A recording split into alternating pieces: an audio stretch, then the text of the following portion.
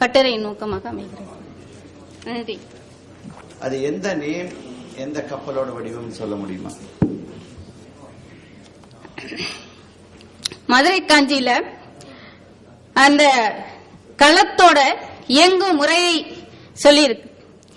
வீங்கு பிணி நோன் கயிறு இழைபுலை 376வது பாடல் வரியில இறுக பிணிக்கப்பட்டு கட்டப்பட்டிருக்கும் கயிற்றை அறுத்து பாயை விரித்து பாய்மரம் அடையில் முறையின்படி மோதி கழியில் அகப்பட்டு நங்கூரக்கல் பயிற்ற உடன் நன்கு சுழல்கின்ற மரக்கலம் என்று அந்த இயங்கு முறை கூறப்பட்டுகிறது. அந்த இயங்கு முறையிலேயே அந்த மரக்கலத்தின் அமைப்பும் அங்கே அடங்கிவிடுகிறது. இந்த மரக்கலத்தை அந்த 18 படகுகளாக சொல்கிறார்கள். கட்டுமரம் வகை, தோணி, வல்லம் வகையாக. கட்டுமரம் என்பது மரங்களை இணைத்து கட்டுவது, தோணி அப்படிங்கிறது மரங்களை குளித்து அரைச்சந்திர வடிவ அமைப்பில் செய்யப்படுவது. வல்லம் அப்படிங்கிற பெரிய வகை ஏரா என்ற மரத்தின் இரு பலகைகளை இரு பக்கங்களை அடித்து இடைவெளியில் நீர் புகாதவாறு பஞ்சு மற்றும் தார் பூசி பெரிய கலங்களை உண்டு பண்ணினர். நாவாய், வங்கம் போன்ற அந்த கப்பல் வகைகள். அந்த பல்லவருடைய காசுகளில் பாய்மரம் பொறித்தப்பட்ட அந்த வடிவம் இருக்கிறது. பல்லவருடைய காசு, பொற்காசுகளில்.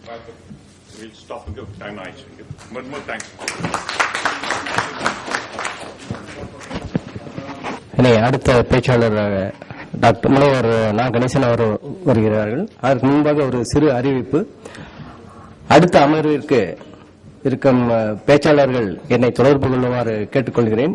அவர்கள் பெயர்கள் வருமாறு: எழிலரசி பாலசுப்ரமணியன், மீ. நோயல், சி. சித்ரா, ஈரா இளங்கோவன். இவர்கள் நால்வரும் என்னிடம் அவர்களுடைய பற்றிய சிறு குறிப்பு தருமாறு பணிவுடன் கேட்டுக்கொள்கிறேன். இனி அடுத்த அமர்வு, அடுத்த பேச்சாளர். Our next speaker is a very distinguished engineer and Tamil scholar, Dr. Naga Ganeshan. அவர் வந்து NASA Johnson Space Centerல வந்து structural dynamics specialist. So he's been involved with load analysis of more than 20 years in shuttle missions. As you know, the shuttle mission now I think retire பண்ண போறாங்க. So he's now involved with the transition team of the shuttle retirement program. He was born in Palachi and did his ME, MS and PhD at Penn State University in the United States. So he's also interested in Tamil literature. He has a print book on tech history, Unicode for Indian script, and has the largest collection of Tamil books. Has a Tamil book library in the United States. So I should come and visit you.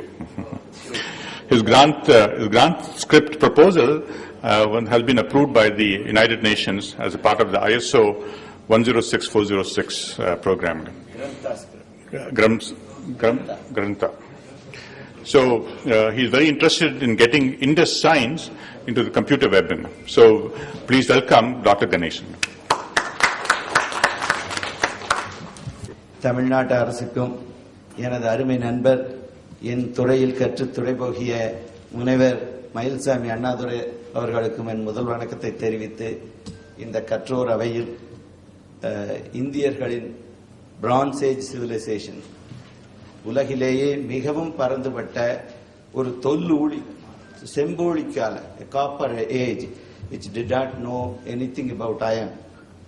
So அந்த 4000 ஆண்டுகளுக்கு முன்பு மிக உன்னத நிலையில் இருந்த சிந்து சமவெளி நாகரிகத்தை பற்றி பேசும் வாய்ப்பு, அதில் இருக்கும் சின்னங்களை எவ்வாறு கணினிமயப்படுத்துதல் என்று சில கோடிகளை காட்டி 20 நிமிஷத்தில் முடிக்க முயல்கிறேன். So Indian languages got into the computers around 1990s, early 90s. 1994 Tamil மொழி கணினியாக்கம் ஆரம்பமாகியது. அதை மூன்றாக பகுக்கலாம். முதலாக எப்படி இந்திய மொழிகளை கணினிகளில் உள்ளீடு செய்வது, கீபோர்ட் டிசைன், அதை விசைப்பலகை உள்ளீடு வடிவமைப்பு என்கிறோம். இரண்டாவதாக ஃபாண்ட்ஸ். அந்த ஃபாண்ட்ஸ், நீங்க இணைய மாநாடு அடுத்த கட்டடத்தில் நடக்கிறது, அதில் நான் ஒரு 10-15 ஆண்டுகளாக ஈடுபட்டவன். தமிழ் இணையத்தில் எழுதியோருக்கு என் பெயர் நன்கு அறிமுகமாகும்.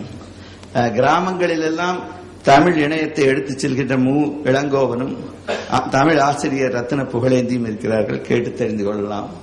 தமிழ் மணம் என்ற வலை திரட்டியை ஆரம்பித்தோம். சுமார் 3 பேர் இருந்தார்கள். அதில் இப்பொழுது 9,000 பேர் எழுதுகிறார்கள். தினமும் வலைப்பதிவு இடுகைகள் சுமார் 350 வருகின்றன. தினமும் ஒரு மாதத்தில் வந்த இடுகைகளுக்கு சுமார் 3,500 காமெண்ட்ஸ், மறுமொழிகள் வருகின்றன. இதை திரட்டுகிற தமிழ் மனம் என்னும் வலைத்திரட்டையை ஆரம்பித்து எழுதியது பொள்ளாச்சியை சேர்ந்த காசி ஆறுமுகம் என்னும் நிரலாளர். இங்கு LNTயில் பணிபுரிகிறார். நாங்கள் அந்த குழுவில் இருக்கிறோம். அதை நடத்தி கொண்டு 6 ஆண்டுகளாக இருக்கிறேன். நெக்ஸ்ட். இப்பொழுது எல்லா இந்திய மொழிகளுமே யூனிகோட் என்னும் குறியேற்பில் என்கோடிங்க்கு சென்று விட்டன. தமிழை பொறுத்தவரை எப்பொழுதும் போல் 2 குடும்பங்கள் இருக்கின்றன. அதில் யூனிகோட் ஆகுமா ஆகாதா என்ற பெரிய சர்ச்சை வெகு நாளாக நடந்தது. அது ஓரளவுக்கு முடிவுக்கு வந்துவிட்டது. அரசு யூனிகோடையே ஏற்பதாக அறிவித்துவிட்டது. அறிவிக்கின்ற கமிட்டி ரிப்போர்ட் சென்று விட்டது. அறிவிப்பு வரும். அதற்கு துணையாக டேஸ் என்னும் குறியீடும் அதற்கு உதவும் வகையில் அமைக்கப்பட்டிருக்கிறது. அது பிரைவேட் யூசர் ஏரியா என்ற இடத்தில் இருக்கிறது. சில பப்ளிஷிங் சாப்ட்வேரில் இன்னும் யூனிகோடு சரியாக தொழில் படுவதில்லை என்ற குறைபாடு இருக்கிறது. ஆனால் அடோபி என்ற பெரிய மென்பொருள் நிறுவனம் இந்த ஆண்டு ஆசிய வெர்ஷன், இன்டிசைன், கோரல் டிரா போன்றவைகளுக்கு ஆசிய அல்லது மத்திய கிழக்கு வெர்ஷனில் எல்லா யூனிகோடும் அழகாக வேலை செய்கிறது. சுமார் 10 லட்சம் ரூபாய் செலவு செய்து ஒரு 100கணக்கான அழகான தமிழ் ஃபாண்ட்ஸை உருவாக்கி அடிக்க வேண்டும்.